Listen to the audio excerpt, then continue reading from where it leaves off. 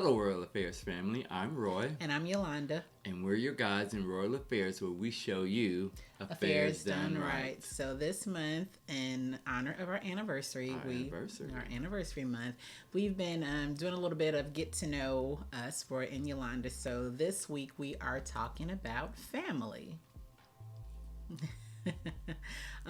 I if you've watched, I believe it was the last week's video, right? Recording. Well, you know that I'm an only child. However, I grew up with lots of cousins on both sides, my mom's side and my dad's side. And then Roy is, what, five? Yeah, five of you guys. And what's that breakdown? So I'm directly in the middle. There's 2 girls on the end and 3 boys in the middle, and I'm right smack in the middle. Right back. Now, when you were younger, did you want kids? Did I want kids? Our youngest daughter, is over there saying. and I did. I wanted to, go to high school, go to college, eventually get married, have kids, and kind of do the same thing that I saw my parents do: go on vacations, travel, do the whole family thing. Yeah, so yes, I wanted kids. Okay. Why you laughing? She said, do the whole thing, travel. Yeah. But yes. Okay. Did you, and you didn't have a number of how many kids you wanted? No, I didn't necessarily have a number. Okay. I wanted 10 kids. God bless you. Growing up. Now, remember, I'm an only child. So I wanted 10 kids growing up.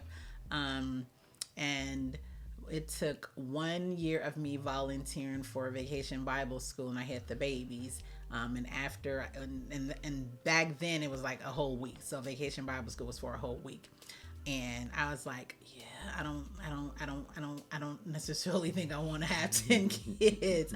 I'm good. So I didn't have a number either, but I knew I wanted kids. So we do have 5 biological babies, 2 rainbow babies in that 5. So 5 biological babies, and we have some god kids and apparently some grand god kids. So between the biological ones and the god babies and the grand god babies, I think I got my 10 plus. So I am, and then our son just got married too. So yeah, so I am, and our daughter's like, yeah. So I think I am good on that front. You know what? Kids say the darndest things. Why? Speaking of babies, this is a definitely not on topic, but I was sitting in here, and your daughter said, the youngest one said, "You look like you're pregnant again." That is not, I am not, so don't want to have any more. I am perfectly fine with what we have, but definitely did not expect. Okay, did you expect that we would, as they say now, start over? No, I did not expect us to start over. So just a little bit of history. So our oldest was born in Atlanta while we were still in school. And so then we moved to Indianapolis, had our next 2 children. So those comprised group 1. And so with group 1, everyone was born in either Georgia or Indianapolis, and I was all good. And then we moved here to Texas, got into a new house, and we had a surprise. And then another surprise. And then another surprise. Yeah, so I wasn't necessarily anticipating. The I think the biggest surprise was I had just turned 40 when I just turned 40 when even before that was the miscarriage. The baby, we had a miscarriage with 39, but I just turned 40. So after that, I just turned 40, and I said, something's and looking at the calendar, and I purposefully did not tell Roy that I was pregnant on April Fools because I didn't want him to think that I was playing a joke on him. But I did take the test, and it was just the regular sign test, right? The little lines, and I think it's 2 lines. You're pregnant, right? Okay, y'all remind me, but I think it was the 2 lines and it said pregnant. I was like, let's go get another one. Get another one. And I said, get the one that says the plus or the minus. And took that one, and it was plus. And I was like, you know what? Let's just go ahead and get one more. I want the words. I want the words this time. So they all came back pregnant. And so we were surprised, just a couple of months shy of my 40th birthday. And then 3 years after that, we were surprised. Yet again. Surprised yet again. So we have a group 1 and a group 2. Our oldest is how old? 29. I was getting ready to say, how old is your brother? Yep, 29. And then the youngest is 8. So the boys are on the end, and then the girls are in the middle. So, but yeah, she said I looked like I was pregnant. I just thought about that. They say the darndest things, and you gotta love them, right? Indeed. So, how has being a part of your family shaped who you are today? How has being a part of my family growing up shaped who I am today? Mm-hmm. 2 things come to mind. So the first thing is that being in a family of 5 with 3 boys in a house that's only 3 bedrooms with 7 people. Obviously, somebody got to share some bedrooms. So me and my brother shared a bedroom, so the 3 of us. And then my brother and I, younger brother and I, usually shared either a bed or a bunk bed. My brother had his own bed.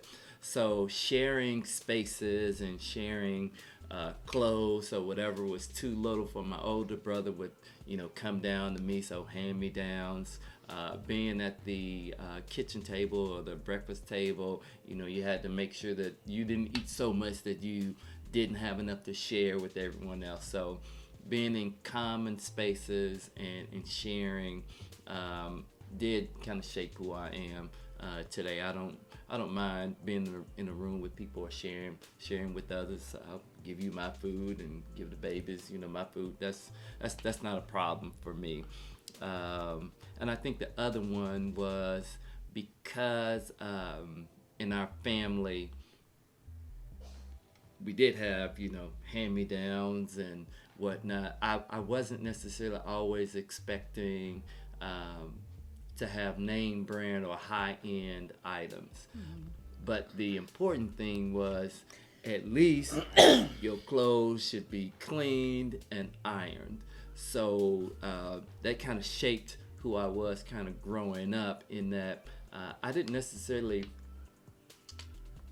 long after always having name brands. Now, I will say when I got my first job and got a check and I was able to afford a pair of Nikes, I ran and got me a pair of Nikes. I will say that, but it wasn't something that I had to perpetually keep doing. And now I'm going to have, this whole closet full of name brand Nike shoes, or now that I have a job, I can, go buy, the name brand Tommy Hilfiger, shirts. I didn't have to have it. I could go into a store and see what the name brand items are, and then go to Goodwill and then replicate the same style, because a white shirt is a white shirt, But anyway, so I think those 2 things, sharing, and then not being, I don't want to use the word materialistic, if that's a word, but brand hungry. I'll say that. Not being brand hungry and sharing. They think that only children don't share, but I share. My cousins, what was mine was theirs. But I think for me, it's definitely being resilient and standing up for what I believe in. I was always taught it doesn't matter who it is, it doesn't matter what the situation is, it doesn't matter the severity of anything. You stand up for what you believe in. Probably why I got suspended when I was in high school, and then probably why our middle daughter also is the one that roots for the underdog. So she had her friend sign a petition because the teacher was just not being very kind to one of the students. So she had a petition going and she got signatures on it. And we had just moved here to Texas too.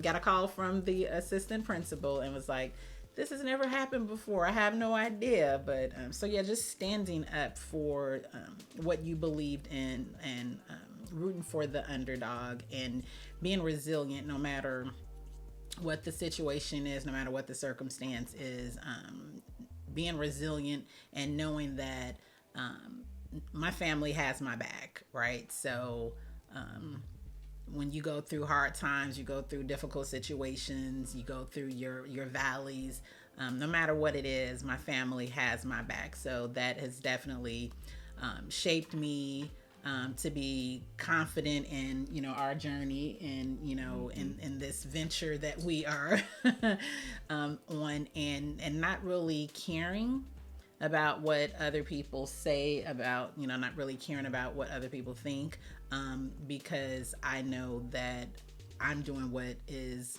in my heart to do. I know we're doing what's in our heart to do. And when you have the support of your family, when you have the support of your village, then it really doesn't matter, what anyone else says, what anyone does, what anyone else believes. So that has shaped, that's definitely shaped who I am.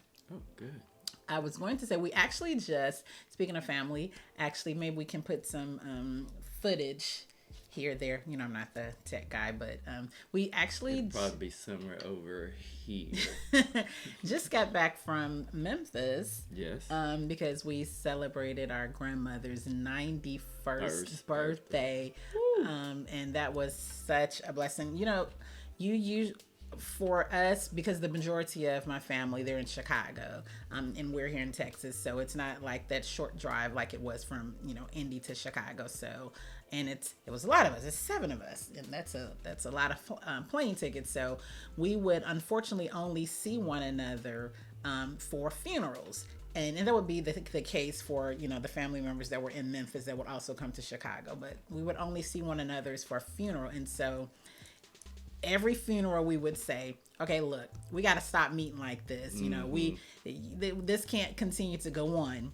And we all say, yeah. And then we wouldn't see anybody again till the next funeral. And it was like, you know what, my she's now my older cousin because my 2 cousins before that passed, her siblings. But she said, okay, look, we are going to go every year to go see grandmama.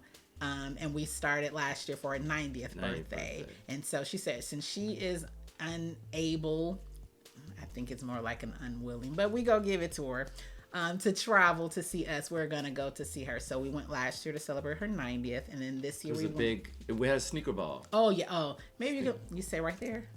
Yeah, since we're talking about family, We'll put some pictures of that. But yeah, that ball. was such an amazing and wonderful time to celebrate her 90th birthday. And then this year we went to celebrate her 91st birthday. And again, just seeing your family, and it was an occasion that was not a funeral, right? So that is definitely always a good thing. So yeah, family is important to me. I think it's important to Babe. Our little one is over there looking at us like, huh? What are you... But just a minute ago, she was over there dancing when I said sneaker ball. But yeah, so that's just a little bit of our family, of growing up in the family that we did, how it was able to shape us into who we are today. And then next week we'll be talking about why Royal Affairs. Why Royal Affairs. Right. So make sure you tune in next week, but also make sure you hit that like button to let us know that this content is something that you appreciate, and then hit that subscribe and notification bell so that you don't miss any of our amazing content. So tune in next week where we'll have a new video coming up. And I'm Roy. And I'm Yolanda. And we're your guides in Royal Affairs, where we show you affairs done right. See you guys next time.